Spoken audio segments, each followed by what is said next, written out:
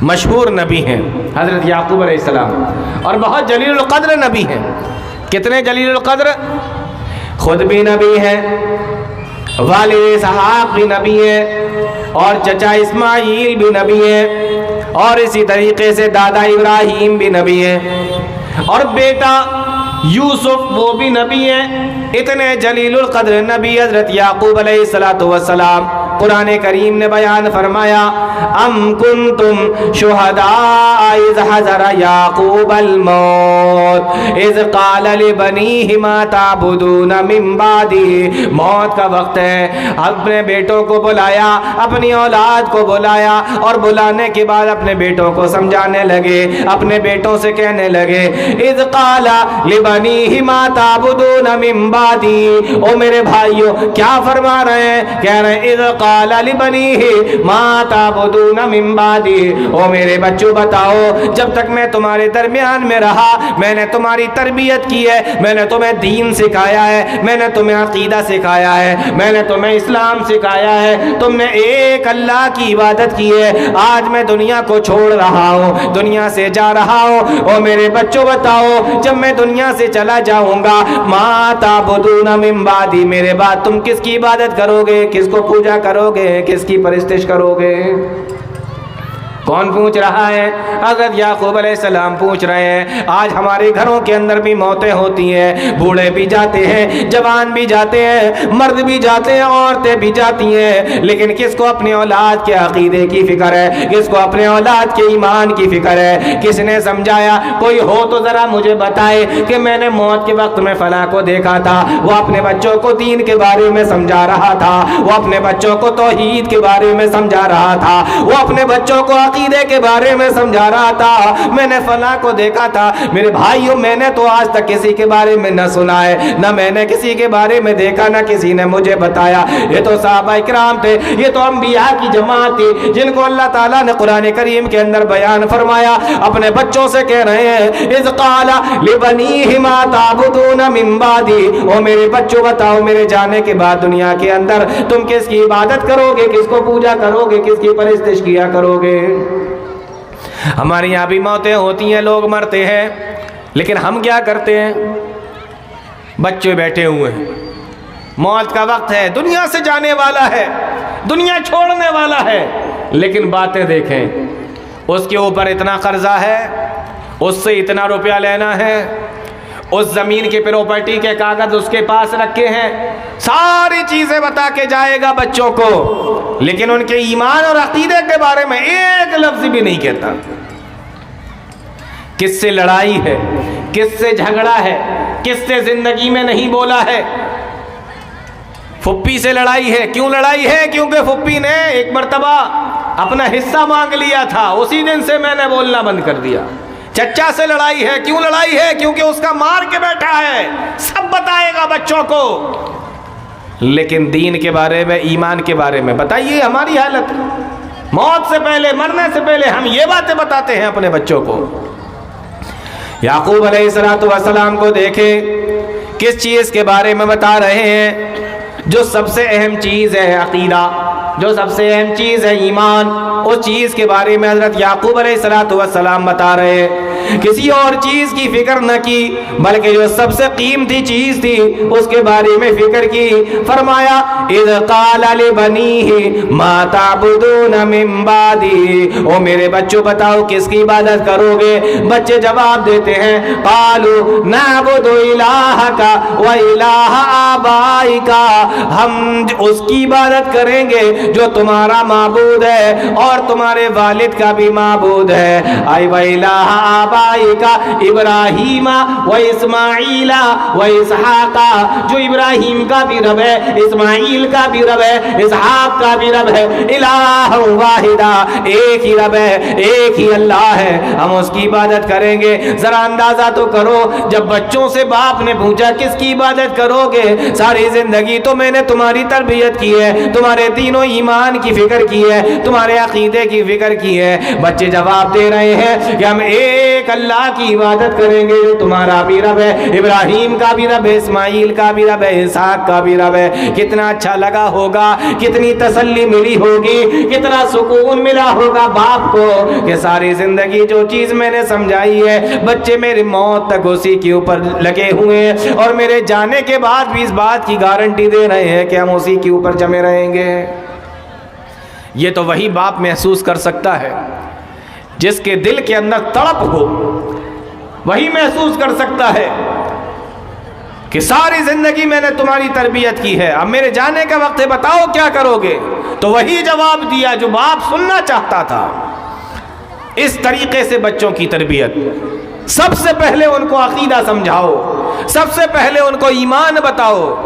آج ہمارے بچے کانوینٹ میں پڑھنے کے لیے جاتے ہیں، سرکاری اسکولوں میں بھی پڑھنے کے لیے جاتے ہیں، غیروں کے اسکولوں میں بھی پڑھنے کے لیے جاتے ہیں، جہاں پر ان کو ایمان نہیں سکھایا جاتا میرے بھائیوں، جہاں پر ان کو عقیدہ نہیں بتایا جاتا، جہاں پر ان کو دین نہیں بتایا جاتا، جہاں پر ان کو ایمان نہیں بتایا جاتا، جہاں پر ان کو اسلام نہیں سکھایا جاتا۔ اب اسکول کے اندر پڑھنے کے لیے جا رہے ہیں، وہاں ان کو ایمان اور عقیدہ بتایا نہیں جاتا، اور آپ اپنے گھر کے اندر ایمان و عقیدہ ان کو بتاتے نہیں ہیں، ان کو توحید نہیں بتاتے ہیں، ان کو شرک نہیں بتاتے ہیں۔ تو بتاؤ میرے بھائیو، یہ بچے جب بڑے ہوں گے تو ان کو کیسے پتا چلے گا ایمان کیا ہے، ان کو کیسے پتا چلے گا عقیدہ کیا ہے، ان کو کیسے پتا چلے گا کہ توحید کیا ہے، ان کو کیسے پتا چلے گا کہ شرک کیا ہے؟ یہی وجہ ہے آج وہ لوگ بھی جو اپنے آپ کو توحید پر چلنے کا دعویٰ کرتے ہیں، جو وہی لوگ جو اپنے آپ کو اہل توحید کہلاتے ہیں، وہی لوگ جو ایک اللہ کی عبادت کا دم بھرتے ہیں، آج ان کے کتنے گھر ایسے ہیں جن گھروں کے اندر شرک داخل ہو گیا ہے۔ بچوں کے ذریعے سے آیا، عورتوں کے ذریعے سے آیا، کسی اور ذریعے سے آیا، پڑوسیوں کے ذریعے سے آیا، رشتہ داروں کے ذریعے سے آیا، لیکن ان کے گھروں کے اندر شرک داخل ہو گیا۔ کیوں؟ کیونکہ انہیں یہ لگتا ہے کہ وہ توحید پر چلنے والے ہیں، انہیں یہ لگتا ہے کہ وہ مضبوط عقیدے والے ہیں، لیکن انہیں پتہ نہیں ہے کہ توحید کیا ہے، مضبوط عقیدہ ہوتا کیسا ہے، اور کس طریقے سے عقیدے کی حفاظت کی جاتی ہے، انہیں نہیں معلوم۔ بچوں کو بتایا نہیں، بچے دھیمے دھیمے کر کے بڑے ہو گئے، کوئی انجینئر بنا، کوئی ڈاکٹر بنا، سب کچھ آیا ان کو، لیکن ان کو دین نہیں آیا۔ سب کچھ آیا ان کو، ایمان نہیں آیا، مال آیا، دولت آئی، مکان آیا، سب کچھ آیا، گاڑیاں بھی لی، کاریں بھی خریدی، موٹر سائیکل بھی خریدی، کچے مکان سے پکے مکان میں آ گئے، لیکن دین کہاں ہے؟ ایمان کہاں ہے؟ توحید کہاں ہے؟ عقیدہ کہاں ہے؟ کون بتائے گا؟ کون سمجھائے گا؟ اور آپ اسی پر خوش ہو رہے ہیں۔ اللہ کا قرآن کیا کہتا ہے؟ قوا انفسکم واہلیکم نارا، اپنے آپ کو بھی بچاؤ اور اپنے گھر والوں کو بھی بچاؤ۔ اور یہ ساری چیزیں جو آ رہی ہیں، یہ کتنے دنوں کی ہیں؟ کب تک جئیں گے آپ دنیا کے اندر؟ کب تک بیٹھیں گے آپ گاڑیوں میں؟ کب تک رہیں گے ان پختہ مکانوں میں؟ 60 سال، 70 سال، 80 سال، 90 سال، اور اس کے بعد پھر یہاں سے جانا ہے۔ اللہ تعالیٰ نے قرآن کے اندر فرمایا لا یغرنک تقلب الذین کفروا فی البلاد، یہ جو بڑی گاڑیوں میں بیٹھ کر ایک شہر سے دوسرے شہر، ایک جگہ سے دوسری جگہ پہ لوگ جاتے ہیں، لا یغرنک تقلب الذین کفروا فی البلاد، اس چیز سے دھوکے میں نہ آ جانا، اس چیز سے دھوکے میں نہ پڑ جانا۔ متاع قلیل، یہ بہت چھوٹا سا سامان ہے، یہ تو دنیا کی زندگی کا سامان ہے، یہ تو ختم ہونے والا سامان ہے۔ ثم مأواہم جہنم، پھر ان کا ٹھکانہ جہنم ہے۔ اللہ تعالیٰ قرآن کے اندر فرماتا ہے کلوا وتمتعوا قلیلا انکم مجرمون، کھاؤ پی لو انکم مجرمون، کلوا وتمتعوا قلیلا، یہ تو کم دنوں کی چیز ہے، یہ تو تھوڑا سا سامان ہے، انکم مجرمون، بے شک تم مجرم ہو، تم دنیا کے اندر بھی کھاتے پیتے ضرور تھے، لیکن دنیا کے اندر بھی تم مجرم تھے، اور آخرت میں جب تم میرے پاس میں آئے ہو تب بھی تم مجرم ہو۔ اس لیے میرے بھائیو تمام چیزوں سے پہلے اپنے بچوں کے دین اور ایمان کی حفاظت کرو، ان کے عقیدے کی حفاظت کرو، توحید کے بارے میں ان کو بتاؤ، شرک سے ان کو ڈراؤ۔ اسی کو اللہ تعالیٰ نے فرمایا یا ایھا الذین آمنوا قوا انفسکم واہلیکم نارا، اپنے آپ کو بھی بچاؤ اور اپنے گھر والوں کو بھی بچاؤ۔ کون فکر کرے گا، کون بتائے گا ان کو کہ ایمان کیا ہے، عقیدہ کیا ہے؟ اور یہی چیز جب انسان کے پاس سے نکل گئی تو پھر ساری چیزیں انسان کی بیکار ہیں۔ حضرت نوح علیہ السلام کا نام سنا ہوگا آپ نے، مشہور نبی ہیں حضرت نوح علیہ السلام۔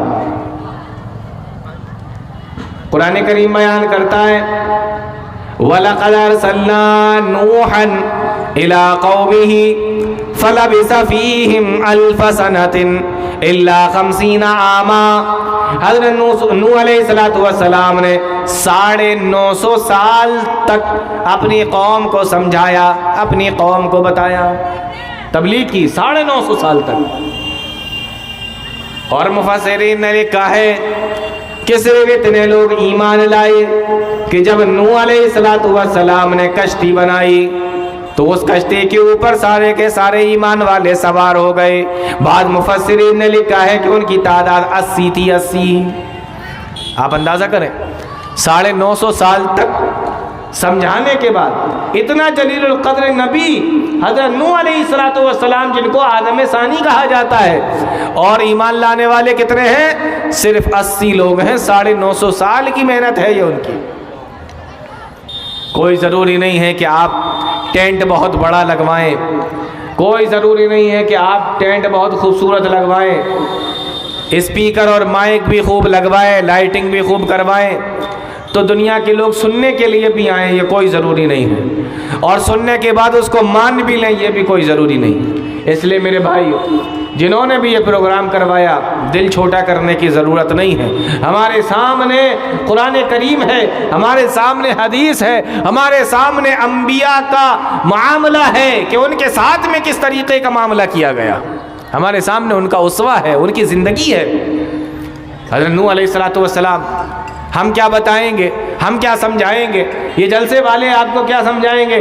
وہ نبی تھے، کتنے دل سے بتاتے ہوں گے، کتنے سچے دل کے ساتھ تبلیغ کرتے ہوں گے، کتنے درد دل کے ساتھ لوگوں کو بتاتے ہوں گے، لیکن قوم ہے کہ سننے کے لیے تیار نہیں۔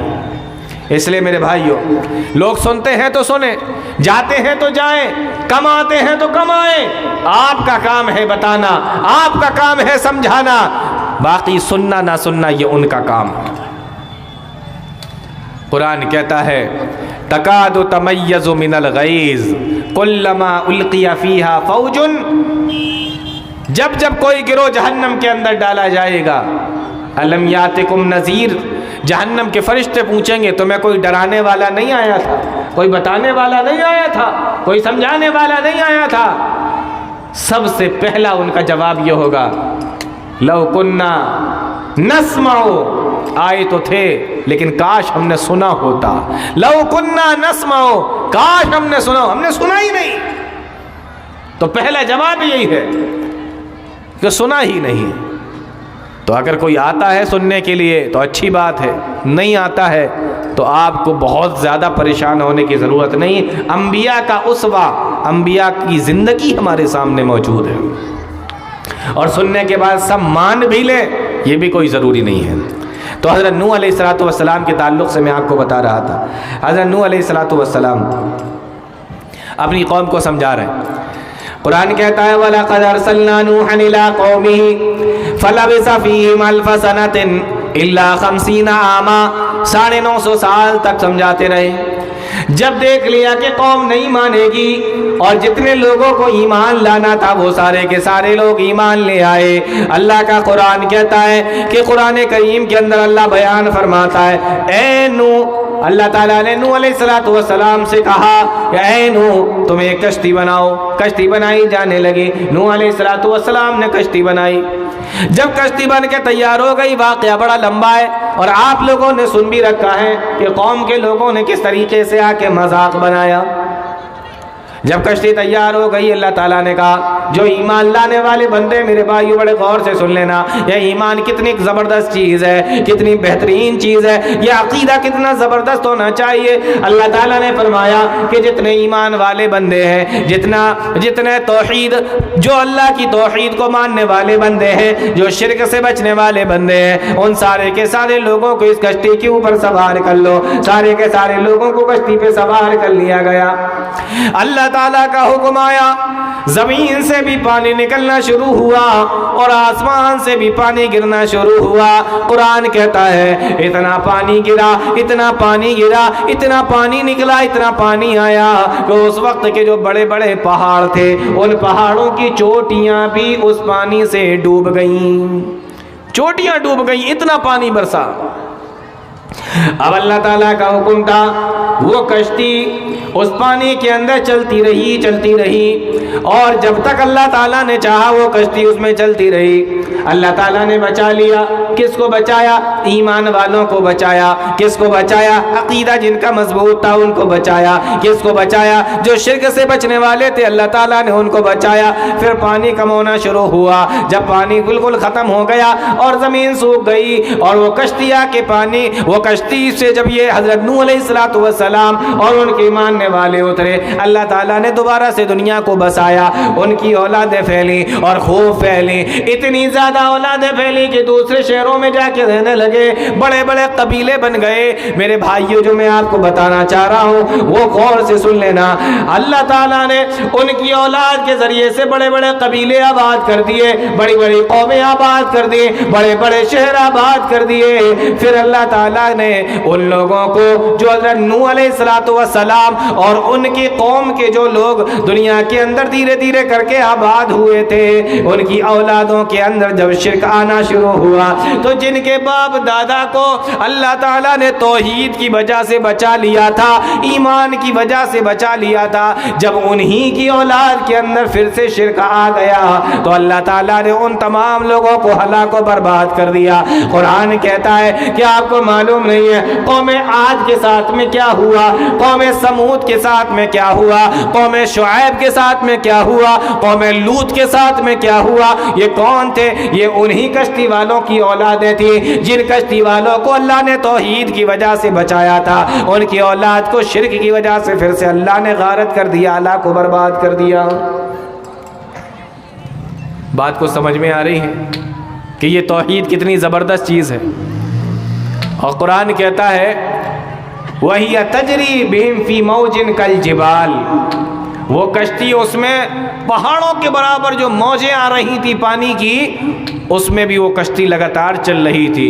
علماء نے بڑی پیاری بات لکھی ہے کہ توحید اتنی پیاری چیز ہے کہ اگر پہاڑوں کے برابر بھی مصیبتیں آ جائیں تو اللہ اس توحید کو ماننے کی وجہ سے وہ پہاڑوں جیسی مصیبتوں کو بھی اللہ دور کر دیتا ہے۔ جس طریقے سے نوح علیہ السلام کی قوم کے اوپر پہاڑوں جیسی موجیں آئیں لیکن اللہ نے ان کو ان کی توحید کی وجہ سے بولو بچا لیا۔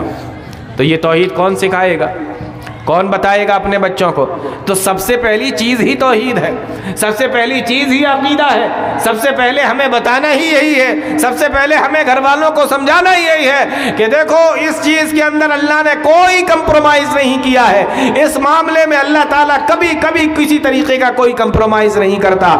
اس لیے اس آیت پر اگر عمل کرنا ہے کہ اپنے آپ کو بچاؤ، اپنے گھر والوں کو بچاؤ، تو سب سے پہلے ان کے عقیدے کی فکر کرو، سب سے پہلے توحید کی فکر کرو، سب سے پہلے ایمان کی فکر کرو۔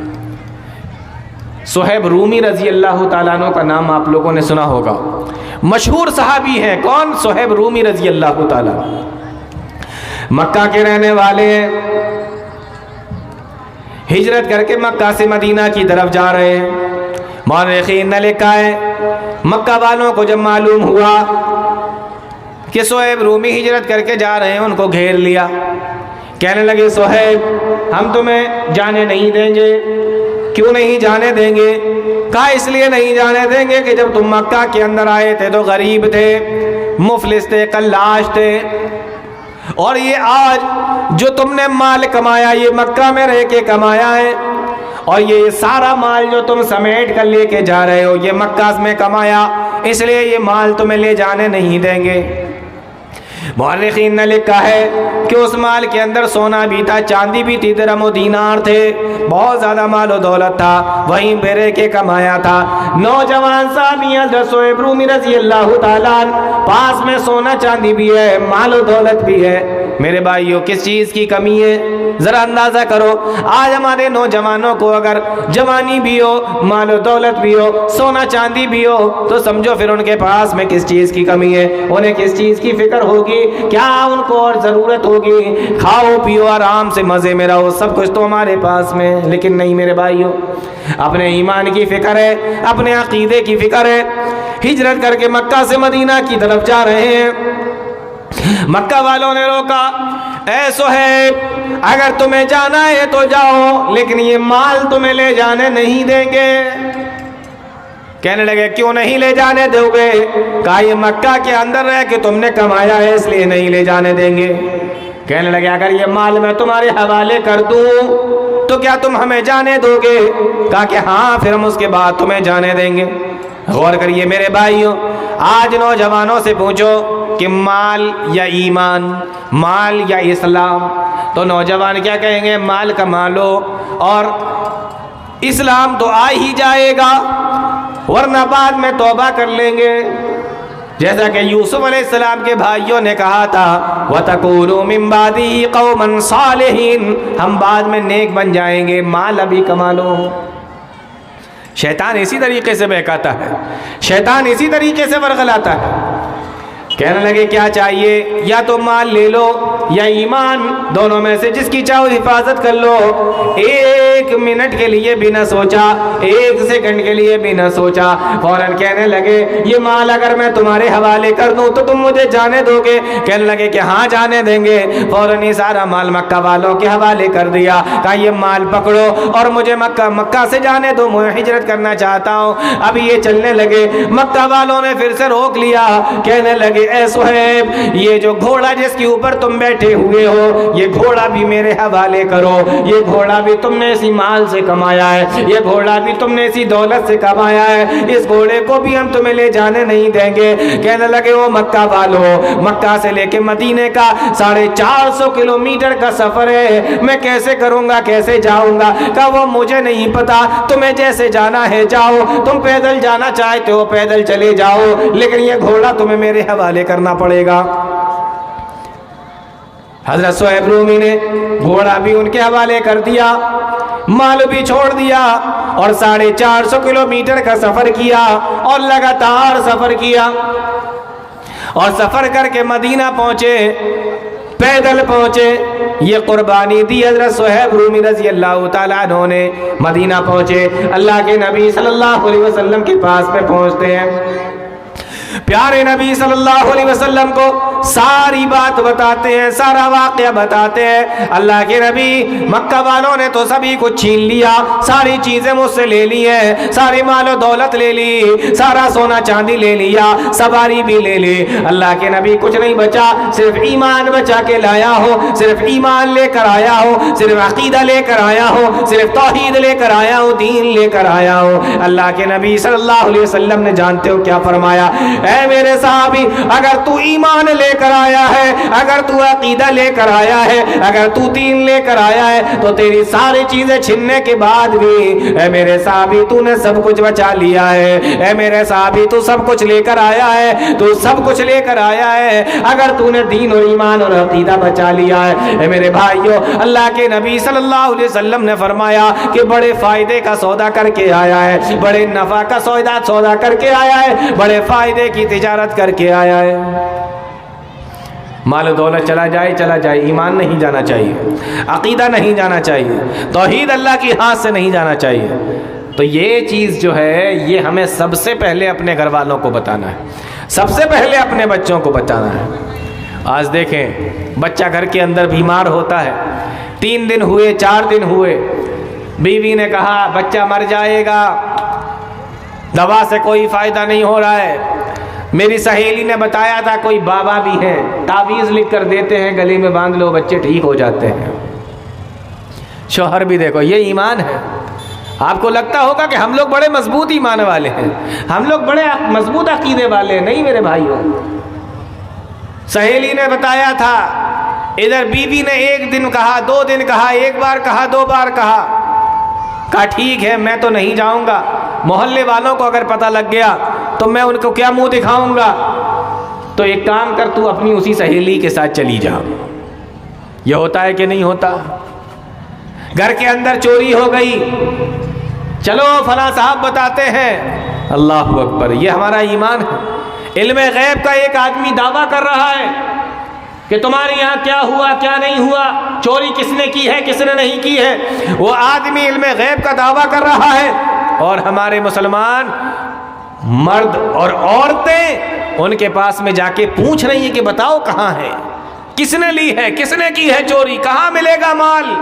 یہ ہمارا ایمان، یہ ہمارا عقیدہ ہے. اور ہمیں یہ لگتا ہے کہ ہم بڑے مضبوط ایمان والے ہیں، ہمیں یہ لگتا ہے ہم بڑے مضبوط عقیدے والے ہیں.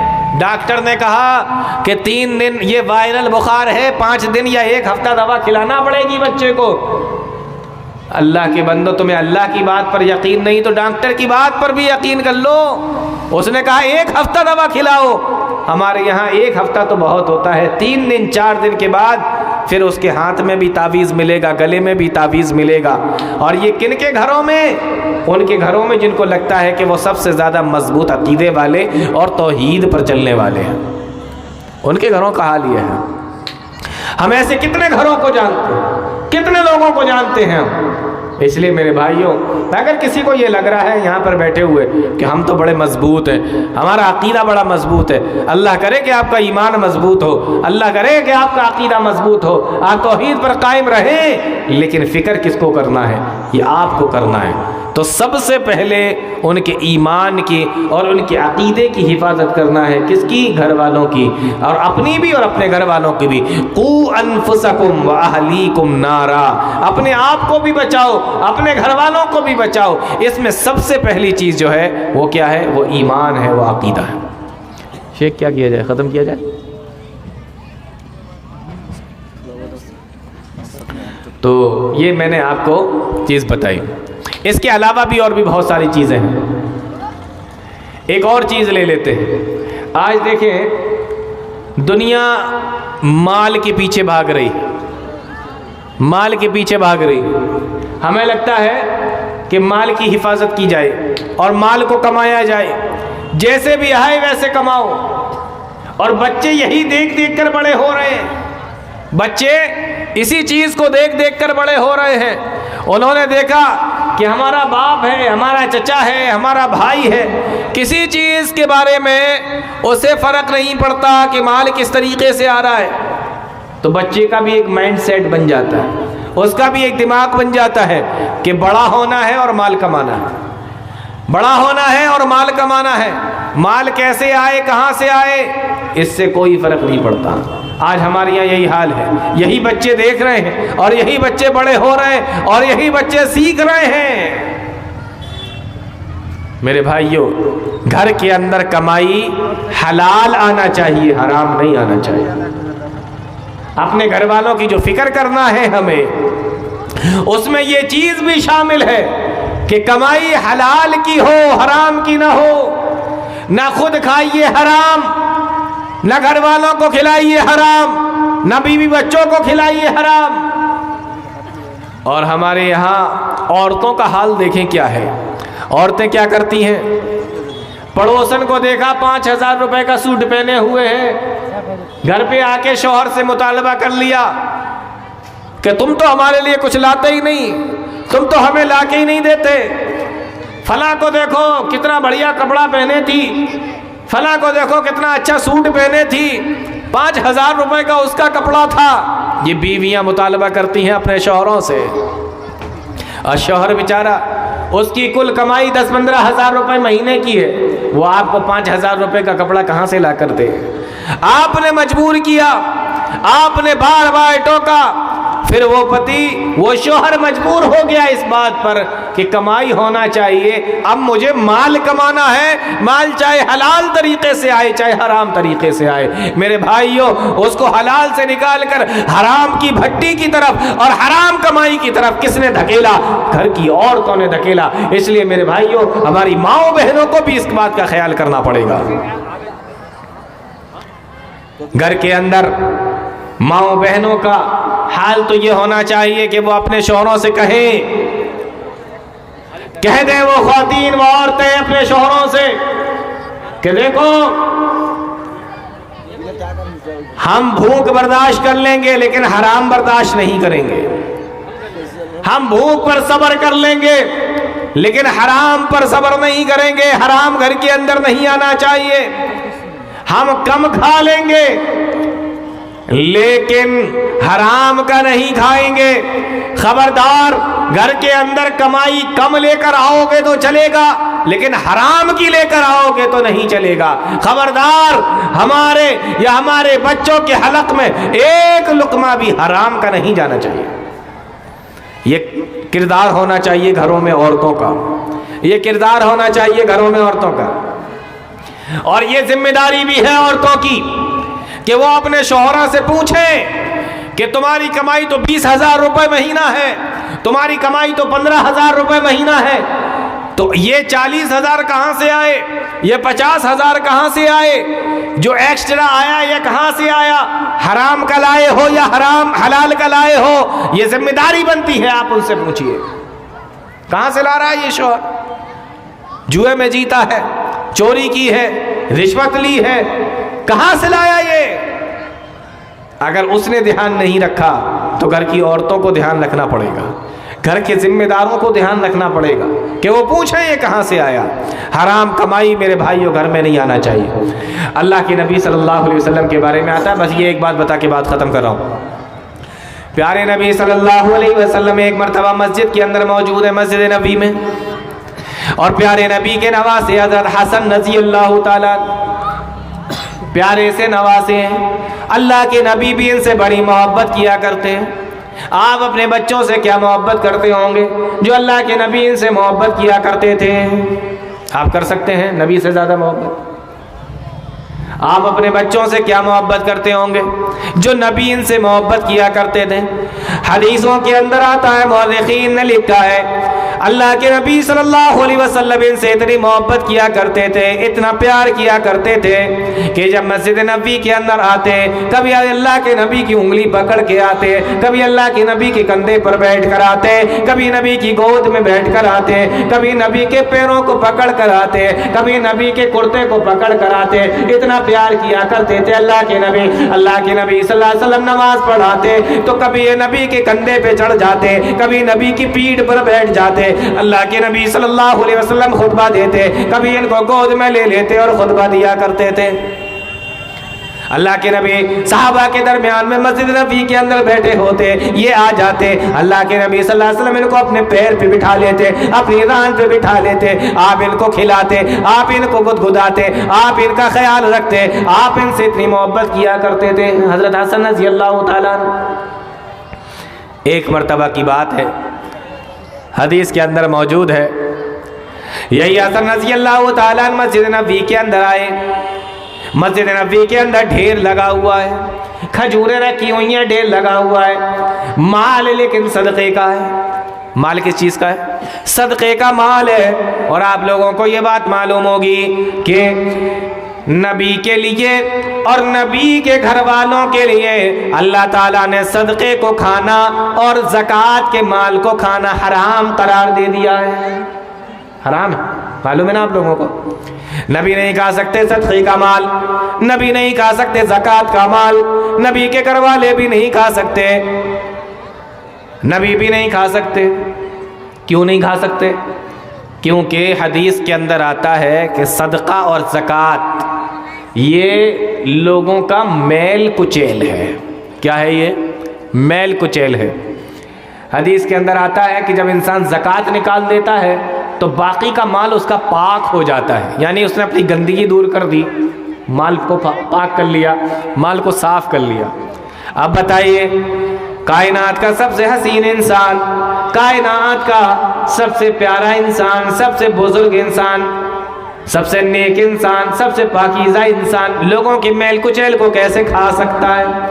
اس لیے اللہ تعالیٰ نے زکوٰۃ کے مال کو اور صدقات کے مال کو حرام قرار دے دیا۔ نبی بھی نہیں کھا سکتے، نبی کے گھر والے بھی نہیں کھا سکتے۔ حضرت حسن رضی اللہ تعالیٰ عنہ کی چھوٹی سی عمر ہے، بچے ہیں، مسجد نبی کے اندر کھیل رہے ہیں، کھجوروں کا ڈھیر لگا ہوا ہے، صدقے کا مال ہے۔ حضرت حسن رضی اللہ تعالیٰ عنہ بھاگتے ہوئے گئے اور ایک کھجور کو اٹھایا، اٹھانے کے بعد چھوٹے سے بچے معلوم نہیں ہے، فوراً منہ کے اندر رکھ لیا۔ جیسے ہی اللہ کے نبی صلی اللہ علیہ وسلم نے حضرت حسن کو دیکھا کہ کھجور کو منہ میں رکھ لیا ہے، صدقے کے مال کو منہ میں رکھ لیا ہے، فوراً دوڑے دوڑے آئے، بھاگتے ہوئے آئے۔ اللہ کے نبی صلی اللہ علیہ وسلم اور پیارے نبی صلی اللہ علیہ وسلم نے حضرت حسن رضی اللہ تعالیٰ عنہ کے منہ کے اندر انگلی کو ڈالا، انگلی ڈالی اور کھجور کے ساتھ میں انگلی کو واپس نکالا اور فرمایا کیا تمہیں معلوم نہیں ہے ہمارے اوپر صدقہ حرام ہے، ہم صدقے کو نہیں کھا سکتے۔ یہ فکر ہے پیارے نبی صلی اللہ علیہ وسلم کو کہ اولاد حرام کمائی نہ کھا لے، اولاد حرام کمائی نہ کھا لے۔ اس طریقے کی میرے بھائیوں فکر ہوتی ہے تب ہوتا ہے قوا انفسکم واہلیکم نارا، اپنے آپ کو بھی بچاؤ اور اپنے گھر والوں کو بھی بچاؤ۔ اسکول سے شکایت آئی، بچے نے آج ہوم ورک نہیں کیا، باپ نے بلایا، 2 چانٹے لگائے۔ پھر شکایت آئی کچھ دنوں کے بعد، بچے نے ہوم ورک نہیں کیا، آپ نے پھر 2-4 چانٹے لگا دیے۔ بچے کی سمجھ میں آ گیا کہ اگر ہوم ورک نہیں کریں گے تو مار لگے گی، لیکن نماز نہیں پڑھیں گے تو مار نہیں لگے گی۔ یہ ہم ان کی تربیت کر رہے ہیں، یہ ہم بچوں کو سمجھا رہے ہیں۔ ایک لڑکا ہے کام نہیں کرتا، باپ اس کا پریشان ہے اس سے، روز اس کو ڈانٹتا ہے، کام کیوں نہیں کرتا؟ گھر میں رہتا ہے، بڑا ہو گیا ہے، کام نہیں کرتا۔ کتنی بار تو ایسا بھی دیکھنے میں آیا کہ گھر سے باہر نکال دے کے نکل جائے یہاں سے۔ ہوتا ہے کہ نہیں ہوتا ایسا؟ لڑکے کو بھی معلوم ہے کہ اگر کماؤ گے نہیں تو باپ مارے گا، گھر سے بھی نکال سکتا ہے، لیکن اگر نماز نہیں پڑھو گے تو کوئی فرق نہیں پڑتا ہے، باپ نہ مارے گا نہ گھر سے نکالنے کی کبھی بات کرے گا۔ تو بتائیے وہ کمائی پہ دھیان دے گا یا نماز پر دھیان دے گا؟ بچہ ہوم ورک پہ دھیان دے گا یا نماز پر دھیان دے گا؟ یہ ہم تربیت کر رہے ہیں، اس طریقے کی تربیت کر رہے ہیں ہم اپنے بچوں کی؟ نہیں میرے بھائیو، تربیت کرنا ہے ہمیں دین کی روشنی میں، ایمان کی روشنی میں، اسلام کی روشنی میں۔ اس لیے اپنے آپ کو بھی بچاؤ، اپنے گھر والوں کو بھی بچاؤ اس آگ سے جس کا ایندھن انسان اور پتھر ہے۔ اللہ تعالیٰ ہم تمام لوگوں کو نیک عمل کی توفیق عطا فرمائے، قرآن و حدیث کو سمجھنے کی، اس پر چلنے کی توفیق عطا فرمائے، آمین یا رب العالمین۔ وآخر دعوانا الحمد للہ رب العالمین، والسلام علیکم ورحمۃ اللہ وبرکاتہ۔